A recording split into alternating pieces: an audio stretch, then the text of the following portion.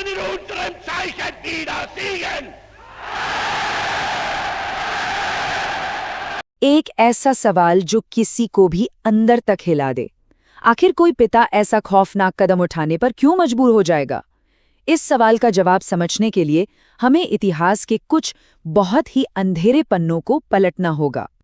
ये शब्द थे हेलमुट नाम के एक 11 साल के बच्चे के पिता के। साल था 1945 और वो एक कट्टर नाज़ी था। इन शब्दों में सिर्फ हार का डर नहीं था, बल्कि एक ऐसा खौफ था जिसने उसे एक ऐसे रास्ते पर धकेल दिया जिसके बारे में सोचना भी मुश्किल है। उस रात की वो बातचीत हेलमुट के कानों में गूंजती रही और अगले ही दिन उसके पिता ने अपने ऑफिस में खुद को गोली मार ली।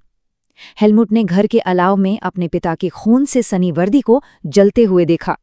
यह सदमा इतना गहरा था कि अगले 9 सालों तक उस बच्चे ने घर का खाना नहीं खाया। उसे हर वक्त डर लगता था कि कहीं उसकी माँ ही उसे खाने में जहर न दे दे। हेलमुट के पिता का डर सिर्फ उनका अपना नहीं था, ये उस दौर के लाखों जर्मन लोगों का डर था। तो चलिए समझते हैं कि आखिर वो कौन सी परिस्थितियां थीं, वो कौन सी वजह थीं जिन्होंने एक पूरे देश को इतनी गहरी निराशा में डुबो दिया और एक तानाशाह के लिए रास्ता बना दिया। इस पूरी कहानी की जड़ें पहले विश्व युद्ध के खत्म होने के तरीके में छिपी हैं। देखिए, जर्मनी जंग तो हार गया था, लेकिन उसके बाद जो शांति संधि उस पर थोपी गई वो हार से भी कहीं ज्यादा अपमानजनक और दर्दनाक साबित हुई। वो शांति नहीं थी, वो असल में एक आने वाले बहुत बड़े तूफान की नींव थी। वर्साई की संधि की शर्तें बहुत ही ज्यादा कठोर थीं। जर्मनी से उसके बड़े बड़े औद्योगिक इलाके छीन लिए गए, उसकी सेना लगभग खत्म कर दी गई। लेकिन सबसे ज्यादा चुभने वाली बात थी वॉर गिल्ट क्लॉज, जिसने पूरी दुनिया के सामने अकेले जर्मनी को ही युद्ध का गुनहगार ठहरा दिया। यह सिर्फ एक आर्थिक चोट नहीं थी, बल्कि ये पूरे देश के सम्मान पर एक बहुत गहरा घाव था। जर्मनी का नक्शा ही बदल दिया गया था। अब ये सिर्फ जमीन के टुकड़े नहीं थे, ये लोगों के घर थे, उनकी पहचान थी। इस अपमान की आग पूरे देश में सुलग रही थी और ज्यादातर जर्मन लोगों ने इसका जिम्मेदार अपनी ही नई सरकार वाइमर गणराज्य को ठहराया। और इसी उथल-पुथल और गुस्से से भरे माहौल में जर्मनी में एक नई लोकतांत्रिक सरकार का जन्म हुआ। वाइमर गणराज्य जर्मनी का पहला लोकतंत्र था, लेकिन इसकी नींव ही बहुत कमजोर थी। इसका जन्म ही हार से हुआ था और उस पर वर्साई की संधि पर दस्तखत करने का दाग लगा था। इसीलिए जर्मनी के बहुत से लोग, खासकर राष्ट्रवादी और सेना के पुराने समर्थक, इनसे नफरत करते थे और इन्हें नवंबर के अपराधी कहते थे। देश में राजनीतिक बंटवारा बहुत ज्यादा था। एक तरफ कम्युनिस्ट थे जो सोवियत संघ जैसी क्रांति चाहते थे, तो दूसरी तरफ वो राष्ट्रवादी थे जो लोकतंत्र को उखाड़ फेंकना चाहते थे। बर्लिन की सड़कें अक्सर अखाड़ा बन जाती थीं। और शायद इस कहानी की सबसे बड़ी त्रासदियों में से एक ये थी कि हिटलर के विरोधी आपस में ही लड़ रहे थे। कम्युनिस्ट और समाजवादी एक दूसरे को ही अपना सबसे बड़ा दुश्मन मानते रहे। वो हिटलर के खिलाफ कभी एक साथ आए ही नहीं पाए और उनकी इसी फूट ने हिटलर का काम आसान कर दिया।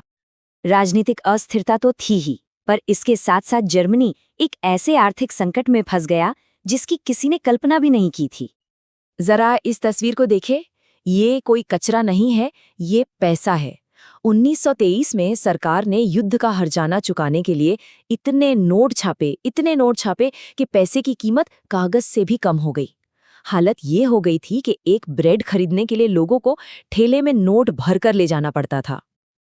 ये आंकड़े दिमाग को सुन्न कर देते हैं। जरा सोचिए, जिन लोगों ने पूरी जिंदगी मेहनत करके पैसे बचाए थे, उनकी सारी बचत बस कुछ ही महीनों में मिट्टी हो गई। एक पूरी पीढ़ी की उम्मीदें और सपने रातों रात खत्म हो गए। इस हालत को कहते हैं हाइपर इन्फ्लेशन। ये किसी भी इकोनॉमी के लिए एक न्यूक्लियर बॉम्ब जैसा होता है और इसने जर्मन समाज के भरोसे और स्थिरता की पूरी नींव ही खिलाकर रख दी। किसी तरह अमेरिकी कर्जों के सहारे जर्मनी की अर्थव्यवस्था वापस पटरी पर आ ही रही थी कि 1929 में अमेरिका का wall street stock market crash हो गया। इस एक घटना ने पूरी दुनिया को महामंदी में धकेल दिया और इसका सबसे बुरा असर जर्मनी पर हुआ, क्योंकि अमेरिकी मदद रातों रात बंद हो गई। ये वो संख्या है जो जर्मन समाज पर पड़े दूसरे और शायद सबसे घातक वार को दिखाती है। महामंदी के चरम पर 60 लाख जर्मन लोग बेरोजगार थे। मतलब हर तीसरा काम करने लायक इंसान सड़क पर था। सड़कों पर हताश लोगों की भीड़ थी। लोग गले में तख्तियां लटकाए घूमते थे, कोई भी काम करने को तैयार हों। अपराध बढ़ रहा था। नौजवानों को अपना भविष्य अंधेरे में दिख रहा था। चारों तरफ सिर्फ और सिर्फ निराशा और लाचारी का माहौल था। और इसी गहरी निराशा और लाचारी के माहौल में जब लोगों को कोई रास्ता नहीं दिख रहा था, एक आदमी ने उन्हें उम्मीद की एक किरण दिखाई, एक नया रास्ता सुझाया। ये इतिहास का एक कड़वा सच है। जब लोग डरे हुए होते हैं, हताश होते हैं, तो वो अक्सर एक मसीहा की तलाश करते हैं। कोई ऐसा जो उन्हें बचाने का वादा करे, जो उनकी सारी तकलीफें खत्म करने का वादा करे। जर्मनी के लिए वो तथाकथित मसीहा था एडोल्फ हिटलर। वो एक कमाल का वक्ता था जो लोगों की नब्ज पहचानता था। उसने लोगों के गुस्से, उनके डर और उनके अपमान को एक आवाज़ दी। उसने वादा किया कि वो जर्मनी को उसका खोया हुआ सम्मान वापस दिलाएगा। हिटलर का संदेश बहुत ही सीधा और सरल था। जो लोग राष्ट्रीय अपमान से नाराज थे, उसने उन्हें आत्मसम्मान का वादा किया। जो आर्थिक बर्बादी से टूट चुके थे, उसने उन्हें रोजगार और स्थिरता का वादा किया। और जो राजनीतिक अराजकता से तंग आ चुके थे, उसने उन्हें एक मजबूत, अनुशासित राष्ट्र का सपना दिखाया। हिटलर ने प्रोपेगेंडा का बड़ी चालाकी से इस्तेमाल किया। बड़ी बड़ी रैलियां, मशाल जुलूस, जोशीले भाषण, स्वस्तिक जैसे प्रतीक, इन सब का मकसद लोगों में एक परिवार वाली एकता की भावना पैदा करना था। उसने राजनीति को एक शो में बदल दिया और खुद को एक ऐसे हीरो के तौर पर पेश किया जो जर्मनी को बचाने आया है। और अंत में हम उसी सवाल पर वापस आते हैं। ये कहानी सिर्फ जर्मनी की नहीं है। ये हमें याद दिलाती है कि कैसे राष्ट्रीय अपमान, आर्थिक संकट और राजनीतिक फूट, ये तीनों मिलकर एक ऐसा जहरीला माहौल बना सकते हैं जहां लोग किसी भी कीमत पर एक आसान समाधान खोजने लगते हैं। ये इतिहास का वो सबक है जिसे कभी नहीं भुलाया जाना चाहिए।